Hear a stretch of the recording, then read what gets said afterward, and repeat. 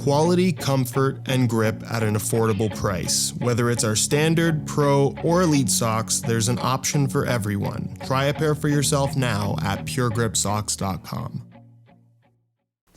While I've made fun of Joma a fair bit on this channel, when it comes to futsal boots, they should be taken very seriously. Ladies and gentlemen, say hello to the Joma Top Flex Plus, an indoor boot that you might recognize if you're familiar with the classic Top Flex, where, as the name would suggest, the Top Flex Plus is effectively an upgraded variation of that indoor model, where you're still getting that combination of natural leather and suede for the Top Flex upper, but the midsole and outsole has been upgraded to provide better underfoot cushioning, more responsiveness, and hopefully better traction. Although these upgrades do come at a pretty significant premium, where a normal pair of Top Flexes retail for in and around 77 euros, whereas the Top Flex Plus is going to run you 120, which is still quite a bit less than the Nike or Adidas alternatives, making the Top Flex Plus still really solid value for money. But given the sub $100 price tag of what is undeniably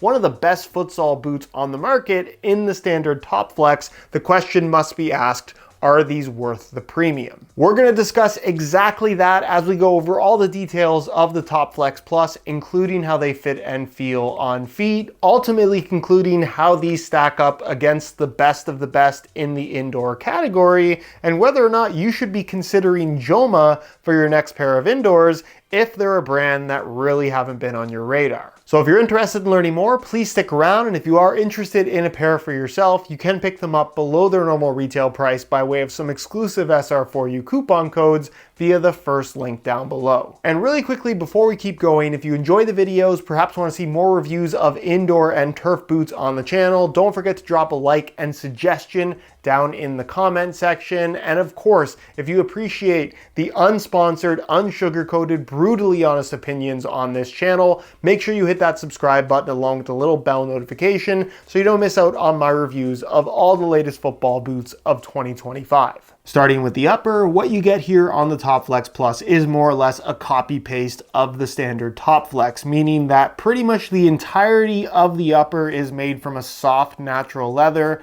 likely calf skin. The only part that isn't leather is going to be the area around the heel and ankle area, and then of course the tongue across the top of the foot. Everything else though is super soft, particularly thin in the forefoot and toe box area. And then as you get into the midfoot, other than this kind of overlay piece that runs through the laces, on the underside as a reinforcement, you actually have some thicker leather, meaning that despite their softness, they're still gonna have that locked in and responsive feel when you tie the laces tight. And then as a giant overlay, both for the sake of grip as well as durability and structure, you have this huge piece of suede that wraps from the outside of the forefoot all the way around the toe box area and then kind of widens where it actually connects to the last lace hole at the bottom of the foot, not only increasing the structural integrity and general lockdown of the football boot in such a critical area, but it's also going to make for added durability as well as some extra grip just because of the suede texture that it has. Where from a touch on the ball perspective, there isn't too many surprises here in that it's just a soft natural leather that, while on the thinner side, because there are so many layers of material, it's definitely going to have some padding to the overall touch, as well as just the way that the boots feel on feet. So if you're looking for that barefoot sensation,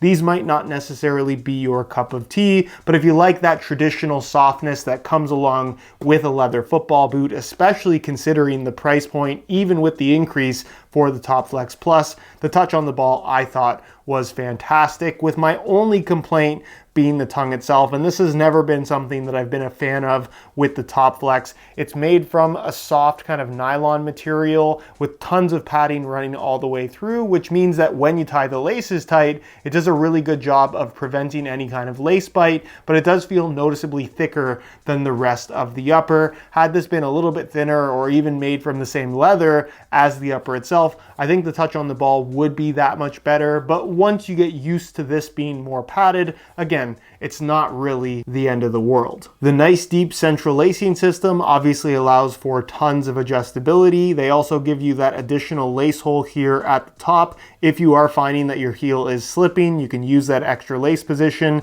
to really anchor your heel and lock it down and back inside of the boot. You have a little bit of internal structure right here, but for the most part, it's left relatively malleable. Of course, a standard low cut design like every other Top Flex model. And then the heel lining material is this kind of textured mesh that actually has more durability to it than I think a lot of people might expect. It's not necessarily the most grippy material, so if you are finding that heel slippage is potentially an issue for you, some grip socks would go a long way in making, again, the heel liner grip your foot a little bit more aggressively. From a width and volume perspective, these have plenty of width and plenty of volume, but we'll talk about that more during the on-feet portion of the video. And then as far as the insole is concerned, it is pretty straightforward in that it's a mesh liner on the surface and it's made from a single layer of this yellow foam that actually has some really nice density to it. It is on the higher end side as far as feel is concerned,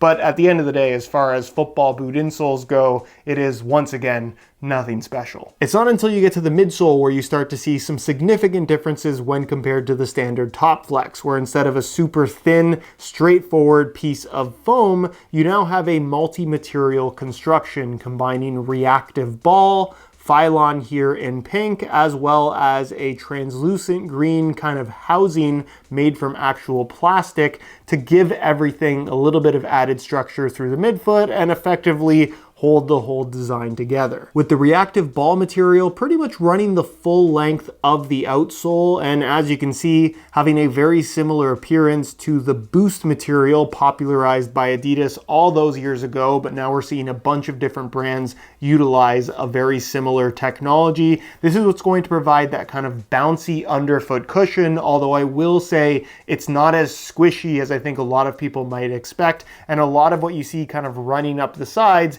is more so for the sake of containment rather than what is actually underfoot. You sit much lower in this boot than it appears from the outside, so do keep that in mind. The Phylon part running through the midfoot is there more so kind of as a housing material to maintain solid structure through the midfoot, just so there's a little bit of support and you're not having that kind of flimsiness from this reactive ball material that maybe isn't as structured. And then again, that plastic carrier in green is kind of what's holding the two materials together and also giving this significantly more structure through the midfoot than what you'd find with a standard Top Flex, which pretty much has nothing through the midfoot at all. You can fold them in half, not the case with these, which at the end of the day gives this a much more responsive underfoot feel when it comes to actually running around. With the indoor rubber outsole also seeing a huge design change from the standard Top Flex, where of course you still get that rubber lip running through the forefoot and toe box area with the extra nylon stitching for the sake of durability. It even has a little bit of a rubbery plastic lip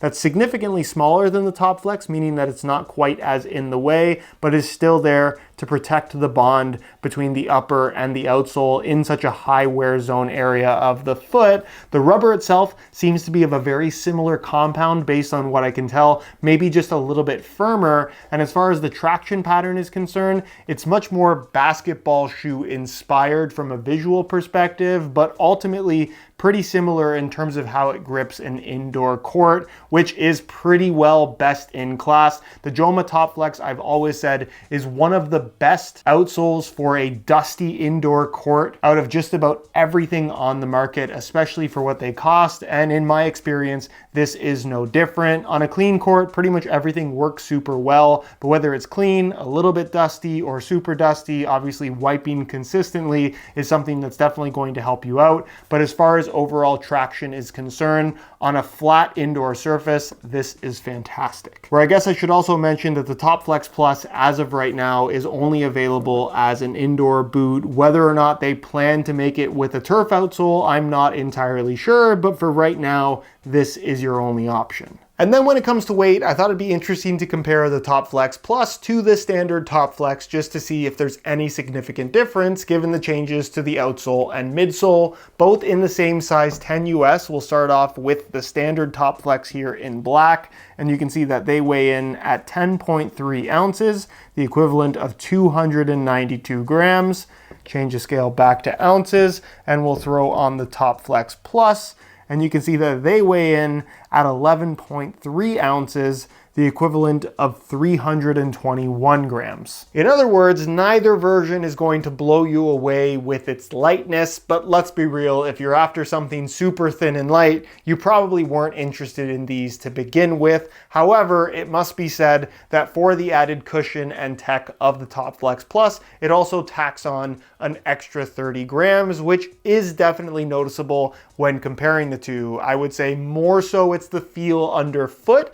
that's the bigger difference rather than the 30 grams, but certainly if you want something super lightweight and very low profile, these probably wouldn't be your cup of tea. On feet, the Top Flex Plus might just be the most comfortable indoors I've ever worn. However, it does come with the trade-off that you are a little bit higher off the ground than certainly what you would be in the standard Top Flex, and honestly, most other indoors as well. Of course, the natural leather upper is super soft and very pliable with pretty much little to no break-in time required, but it's really that midsole with that reactive ball material along with the Phylon carrier that gives it this nice amount of bounce without feeling overly mushy, but at the same time, it's remarkably responsive. It has running shoe levels of cushion, but again, doesn't feel like I'm lacking in stability, and it also doesn't feel like I'm miles off the ground. They're still low profile enough to where playing with the ball doesn't feel awkward like it could in a pair of running shoes as an example. So as long as you don't mind that little bit of higher stack height in general, then I definitely think the extra cushion and responsiveness is very much a welcome addition when compared to a standard pair of Top Flexes. When it comes to the fit, width, and sizing, I think Joma have struck a really nice balance of giving you tons of width, more so than arguably any other indoor or turf boots currently on the market, but at the same time having the structure and lockdown that you expect from a high-performing pair of football boots. The leather upper has structure in all the right places, it's soft in the right places, the deep central lacing system allows for great overall adjustability, with arguably the only complaint that I have being the heel liner itself and the little bit of extra width of the heel area in general that doesn't necessarily grip your socks all that well, but pair these up with a good quality pair of grip socks that have some grip running up the back of the heel, and all of those issues seem to go away entirely, where heel slippage, like I said, was not really a problem for me with these whatsoever. From a width perspective, if you have really wide feet, I'm not sure that there's a better option than the Top Flex range in general. The only people I could see running into potential issues with the width of these would be somebody with extremely narrow feet, but I would say that that's relatively uncommon. So as long as you like that kind of slightly wider feel, the overall shaping of this boot is very good. And then as far as sizing is concerned, I'm wearing these in a size 10 US, which is what I typically wear in indoor and turf boots. You can see my toes are pretty much right at the end. I like to give myself that little half size when it comes to indoors, especially ones with that structure at the toe, just so I'm not jamming up against it. And I really do like the way that they fit in this size 10. Could I get away with going down half a size if I really wanted that super tight fit? Absolutely, and that's kind of how I'd go about recommending the sizing here. If you want a little bit of space, going up half a size from your normal football boots might not be a bad idea. At least that's what I do again with most indoors. Whereas for people that want a more snug overall fit, sticking true to size definitely shouldn't be an issue. So in conclusion, and perhaps unsurprisingly, because the upper is the same as a standard Top Flex, the Top Flex Plus still very much feels like a Top Flex, which I think is very much a good thing, especially if you're after something with a soft leather upper. Where the Plus model really separates itself when it comes to underfoot cushion, where if you're spending a significant amount of time on indoor courts and you're finding that you just aren't having enough underfoot cushion and feeling the pain in your ankles, knees, and hips, something like this that admittedly is more substantial underfoot than a standard Top Flex is going to provide you that impact protection and cushion while still maintaining a high level of responsiveness that very few indoors that I've personally tried can actually provide. Where I think they've really done a good job of striking a nice balance of cushion, but also stability, but also structure, but also support, along with, again, best-in-class traction, which we've come to expect from any Joma Top Flex model. If you want that extra underfoot cushion, definitely the Plus is worth the extra money. Whereas if you'd rather be a little bit lower profile and save a bit of money, the standard Top Flex is every bit as good. Where I guess exactly as the name would suggest, this is a Top Flex plus a little more.